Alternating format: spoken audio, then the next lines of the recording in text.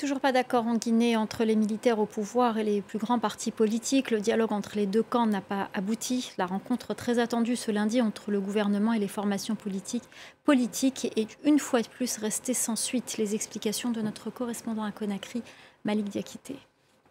C'est à huis clos que la rencontre s'est déroulée ce lundi au centre islamique de Conakry. Autour de la table, d'un côté, les représentants des partis politiques qui dénoncent la gestion de la transition militaire, notamment le RPG Arc-en-Ciel, le parti du président déchu Alpha Condé, ou encore l'Alliance nationale pour l'alternance démocratique, une coalition dirigée par Cellou Dalein Diallo, le Front national pour la défense de la Constitution.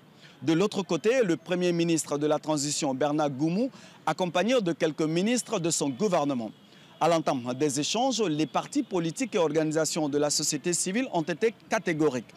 Pas question d'entamer un dialogue sans la libération des deux activistes arrêtés samedi dernier à Conakry par les forces de l'ordre pour un motif encore inconnu. En réponse, le Premier ministre de la Transition a promis de mener des démarches pour la satisfaction de cette revendication.